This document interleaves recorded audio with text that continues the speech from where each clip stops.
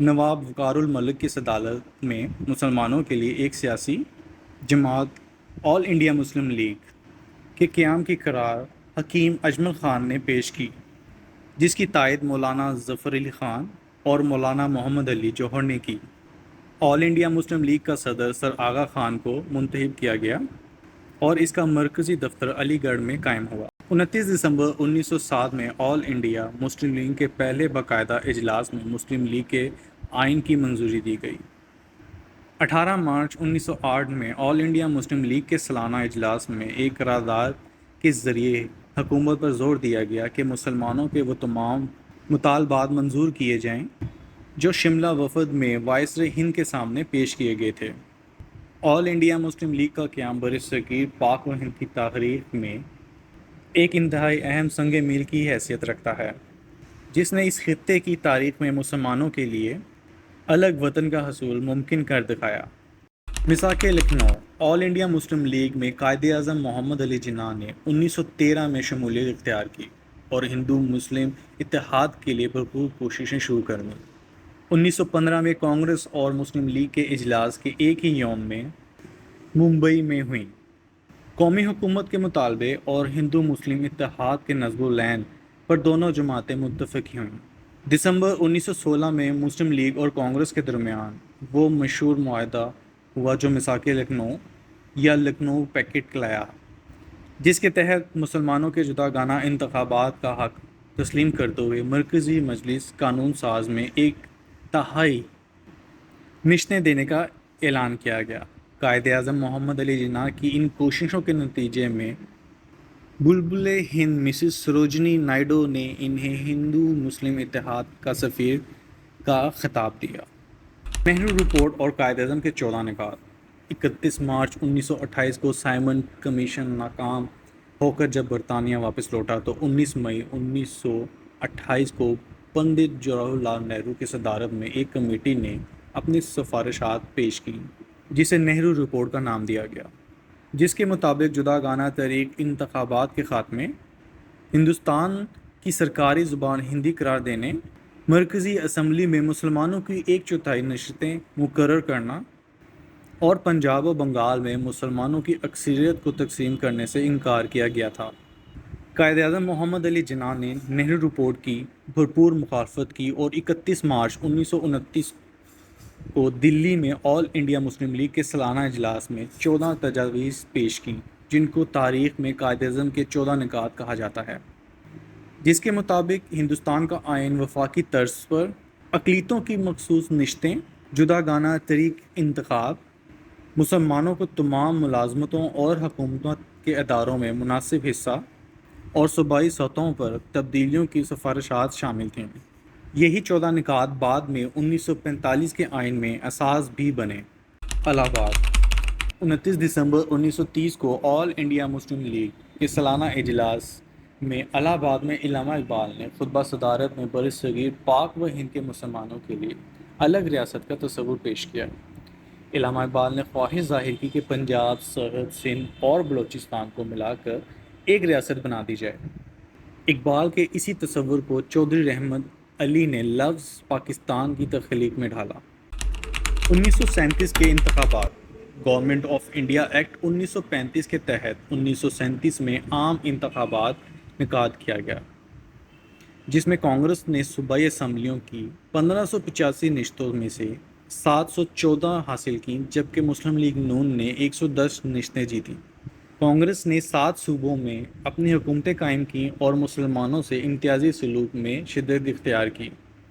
اکتوبر 1939 میں کانگریسی وزارتوں کے خاتمے کے بعد قائد اعظم کے کہنے پر مسلمانوں نے 22 دسمبر 1939 کو یوم نجات منایا۔ قرارداد لاہور 22 مارچ 1940 کو آل انڈیا مسلم لیگ کے 27ویں سالانہ اجلاس کے دوسرے روز بنگال کے وزیر اعلیٰ مولوی فضل الحق نے قرارداد لاہور پیش کی، جس کے تائید پنجاب سے مولانا ظفر علی خان، سرحد سے سردار اورنگزیب خان نے، سندھ سے سر عبداللہ ہارون نے اور بلوچستان سے قاضی محمد عیسیٰ نے کی۔ بیگم محمد علی جوہر نے اپنی تقریر میں اسے قرارداد پاکستان کہا۔ 23 مارچ 1941 کو آل انڈیا مسلم لیگ نے پہلا یوم پاکستان منایا۔ قرارداد پاکستان کی منظوری کے بعد مطالبہ پاکستان زور پکڑتا چلا گیا۔ گاندھی اور راج گوپال اچاریہ نے قرارداد پاکستان کی مخالفت کرتے ہوئے کہا کہ مسلمانوں کی قرارداد لاہور ہندوستان کی ایک زندہ جان کو چیر پاڑ دینے کی مترادف ہے۔ اس کا مطلب یہ ہے مسلم لیگ ایک جسم کو دو حصوں میں کاٹ دینا چاہتی ہے۔ 1945 سے 1946 کے انتخابات۔ دسمبر 1945 میں سینٹرل اسمبلی کے انتخابات ہوئے جس میں مسلم لیگ نے 35 مخصوص نشستوں میں کامیابی حاصل کی۔ 22 فروری 1946 کو صوبائی اسمبلیوں کے انتخابات میں مسلمانوں کی 495 نشستوں میں سے 446 نشستیں جیتیں۔ انتخابی نتائج سے یہ ثابت ہوا کہ برصغیر پاک و ہند کے مسلمان آل انڈیا مسلم لیگ کے ذریعے مطالبہ پاکستان کے حق میں ہیں۔ کیبنٹ مشن پلان اور عبوری حکومت۔ 24 مارچ 1946 کو کیبنٹ مشن دلی پہنچا اور کانفرنس اور آل انڈیا مسلم لیگ کے رہنماؤں سے ملاقات کی۔ کیبنٹ مشن کی تجاویز آل انڈیا مسلم لیگ نے منظور کر لیا لیکن کانگریس سے کچھ تجاویز سے اتفاق نہ کیا۔ حکومت برطانیہ نے کانگریس کو عبوری حکومت میں شامل ہونے کی دعوت دی لیکن وائسرائے کو جلد ہی احساس ہوا کہ مسلم لیگ کے بغیر عبوری حکومت نہیں چل سکے گی۔ چنانچہ مسلم لیگ کو بھی عبوری حکومت میں شمولیت کی دعوت دی گئی جسے قومی مفاد کے تحت آل انڈیا مسلم لیگ نے قبول کر لیا اور لیاقت علی خان پہلے مسلمانوں کے وزیر خارجہ مقرر ہوئے۔ 3 جون 1947 کا منصوبہ۔ مارچ 1947 میں لارڈ ویل کی جگہ لارڈ ماؤنٹ نے وائسرائے کے عہدے کا چارج سنبھالا اور لارڈ ماؤنٹین نے کانگریس آل انڈیا مسلم لیگ سے مذاکرات کے بعد تقسیم ہند کا ایک منصوبہ تیار کیا۔ حکومت برطانیہ کی منظوری کے بعد 3 جون 1947 کو اس کا اعلان کر دیا گیا جس کے تحت 15 اگست 1947 تک اقتدار کی منتقلی کا اعلان کر دیا گیا۔ قیام پاکستان۔ 3 جون 1947 کے اعلان کے بعد 20 جون 1947 کو بنگال کی اسمبلی نے پاکستان میں شامل ہونے کا فیصلہ کیا۔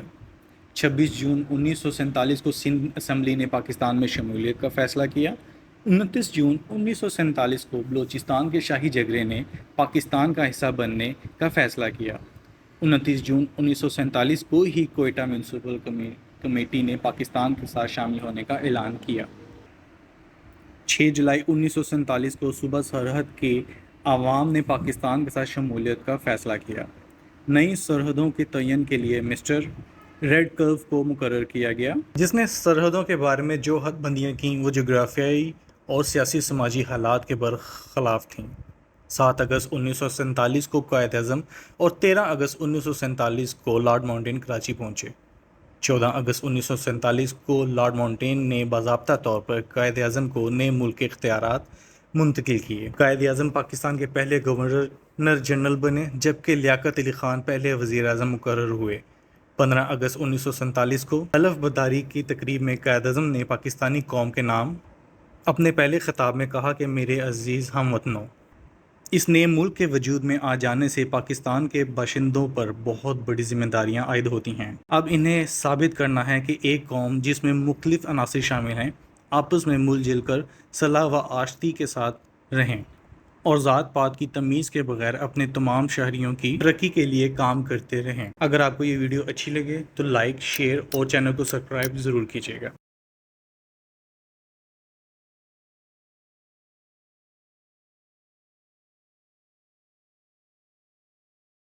اگر آپ کو ہماری یہ ویڈیو اچھی لگی تو چینل کو سبسکرائب کریں، ویڈیو کو لائک اور شیئر کیجیے۔